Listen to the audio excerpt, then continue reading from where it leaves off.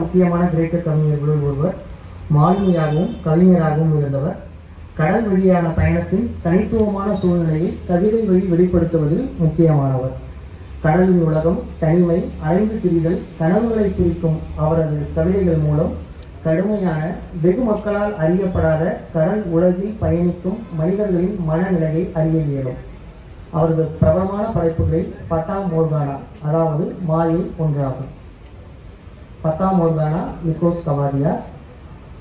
சண்டையிடும் முன் கொள்ளையர்கள் ஒன்றிணைந்து எடுத்துக்கொள்ளும் பண்டைய அல்ஜீரிய செப்பு குப்பையில் உன் உடலில் இருந்து துளி துளியாக சேகரிக்கப்பட்ட கடல் நீருடன் நான் ஒன்று கலப்பேன்.